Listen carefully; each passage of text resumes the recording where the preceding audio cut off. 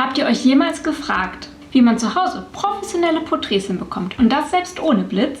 Heute zeige ich euch, wie ihr mit einfachem Tageslicht atemberaubende Porträts zaubern könnt. Warum wir gerade heute dieses Thema angehen? Ganz klar aus der Not heraus. Bei meinem letzten Shooting hat mein Blitz ganz einfach selber entschieden, dass er sich in den Urlaub verabschiedet.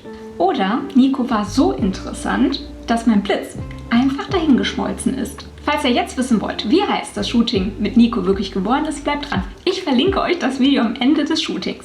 Aber zurück zum Thema. Ich sage ja immer, man soll sich von seinen Möglichkeiten niemals limitieren lassen. Tja, gesagt, jetzt muss ich auch abliefern. Mein Schaden soll euer Vorteil sein. Und was soll ich euch sagen? Tja, und leider sollte auch bei diesem Shooting was schief gehen. Wollt ihr wissen was? Ich erzähle es euch später im Video. Hallo, mein Name ist Tanja. Das Gute an dem Blitzdesaster ist, dass ich euch jetzt zeigen kann, wie man in natürlichem Licht ganz tolle Porträts zaubern kann. Und wo bekommt man das beste Licht? Genau, direkt an der offenen Balkontür. Bevor ihr jetzt losrennt, um die Balkone eurer Freunde und Nachbarn zu stürmen, haltet ein. Es gibt ein paar Dinge zu beachten. Nicht jeder Balkon ist immer und zu jeder Zeit geeignet. Wie ihr wisst, wandert das Licht. Und deshalb gibt es zu unterschiedlichen Zeiten verschiedene Lichtqualitäten. Bei meinem Balkon zum Beispiel scheint die Sonne zum Nachmittag ganz direkt herein, was erhärtet und gerichtetes Licht ergibt. Das wollte ich auf gar keinen Fall. Da ich weiches Licht haben möchte, hat sich unser bezauberndes Modell für heute, die liebe Lara, dazu einverstanden erklärt, bereits vormittags bei mir zu sein.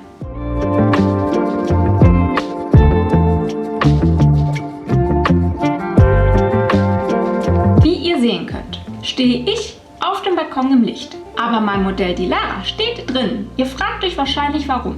Das ist eine sehr kluge Frage, weil das Licht durch die Balkontür gebündelt wird und dadurch wie ein Tunnellicht funktioniert. Das erzeugt die schönsten Reflexe in den Augen und lässt sie erstrahlen. Jetzt möchte ich euch zeigen, wie ihr herausfindet, wo das Licht am schönsten ist.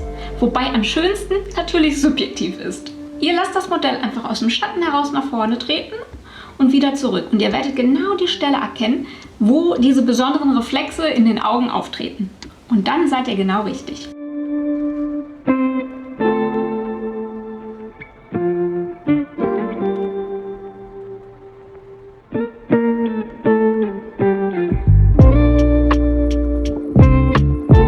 Für unser erstes Setup habe ich Lara etwas weiter innen positioniert, um ein bisschen mehr Schatten an der Kontur zu erzielen.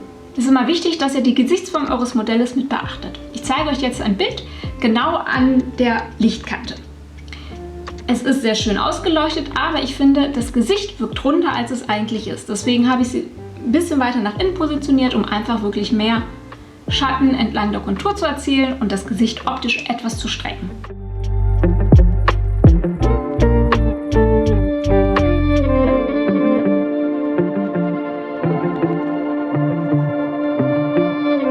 Und schon kommt der erste Bonustipp. Um mehr Bewegung ins Bild zu bringen, haben wir einen Föhn benutzt. Lara hat ihn tatsächlich mit den Füßen gehalten, während sie posiert hat. Lara, falls du das siehst, nochmal 1000 Dank für deinen vollen Körpereinsatz.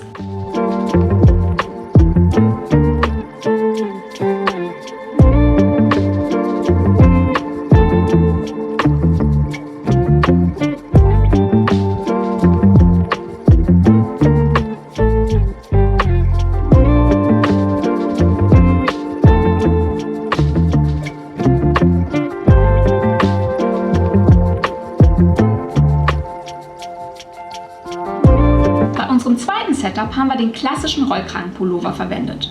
Aber festgestellt, dass das vor dem schwarzen Hintergrund nicht wirklich ideal wirkt. Deshalb haben wir meinen weißen Couchtisch, den hier, als Reflektor und Stütze positioniert.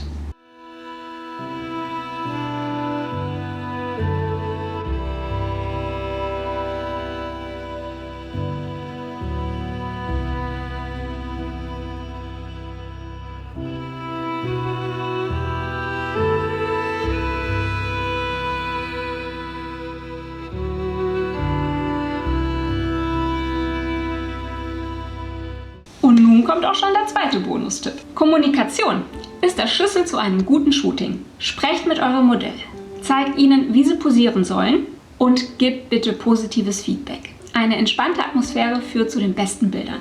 Lara ist ein Profi, so musste ich jetzt nun wirklich nicht viel sagen. Aber das ist bei den wenigsten Menschen vor der Kamera der Fall.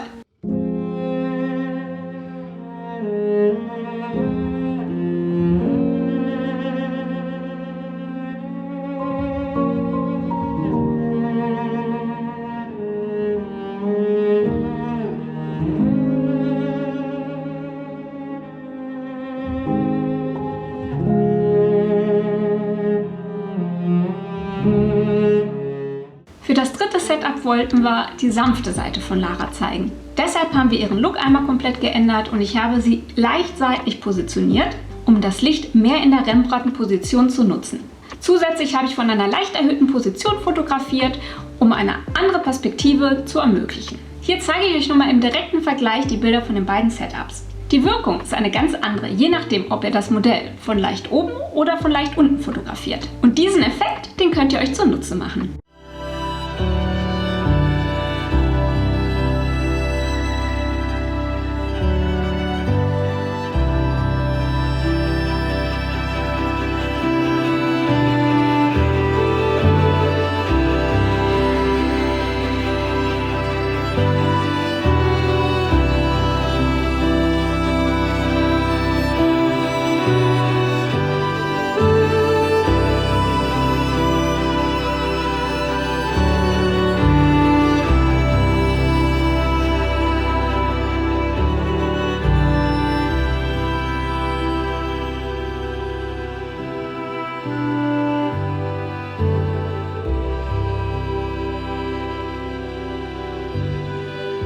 Und schon kommt der dritte Bonustipp.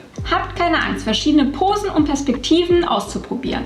Manchmal entstehen die besten Fotos spontan und es gibt ein kleines Geheimnis. Manchmal lasse ich mein Modell einfach vor der Kamera tanzen, herumalbern oder hin und her gehen. So erreiche ich als erstes echte, ungestellte Emotionen und Bilder in Bewegung sind immer gut, wenn jemand nicht so viel Erfahrung vor der Kamera hat. Jetzt sind wir schon über die Hälfte des Videos hinaus. Wenn euch bis hierhin das Video gefallen hat, freue ich mich sehr über ein Like oder einen Kommentar. Ihr habt auch genau jetzt die Möglichkeit, meinen Kanal zu abonnieren, wenn ihr weiter mit mir auf kreative Reise gehen möchtet. Und nun geht's weiter mit Setup Nummer 4.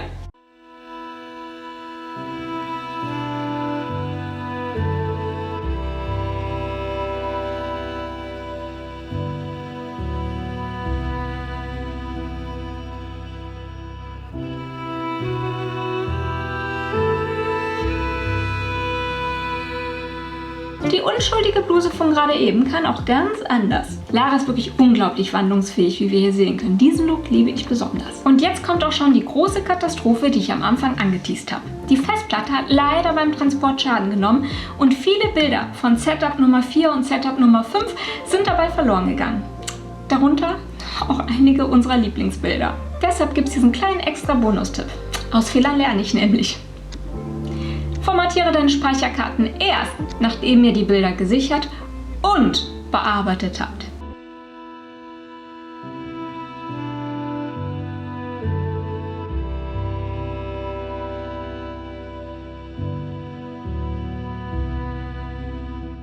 Und nun kommt schon der 5. Look.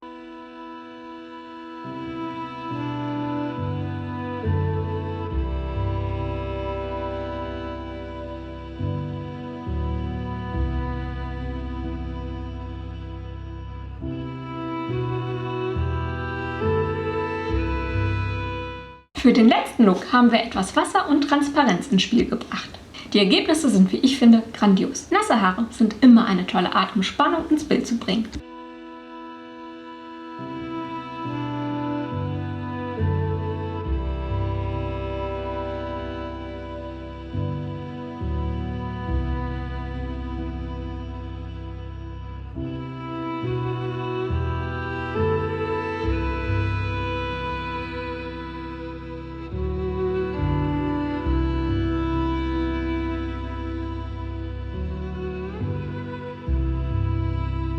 Und schon gibt's den 4. Bonustipp. Achtet auf eure Bildschnitte. Ungewöhnliche Bildausschnitte können spannende Ergebnisse liefern. Experimentiert und habt keine Angst, zur Not in der Nachbearbeitung interessante Ausschnitte zu finden. Aber denkt immer dran, durchs Croppen gibt es ein bisschen Qualitätsverlust. Ich hoffe, diese Tipps helfen euch, euer eigenes Porträtshooting zu Hause zu meistern. Und denkt daran, selbst ohne Blitz könnt ihr großartige Ergebnisse abliefern. Danke fürs Zuschauen und bis zum nächsten Mal. Ciao!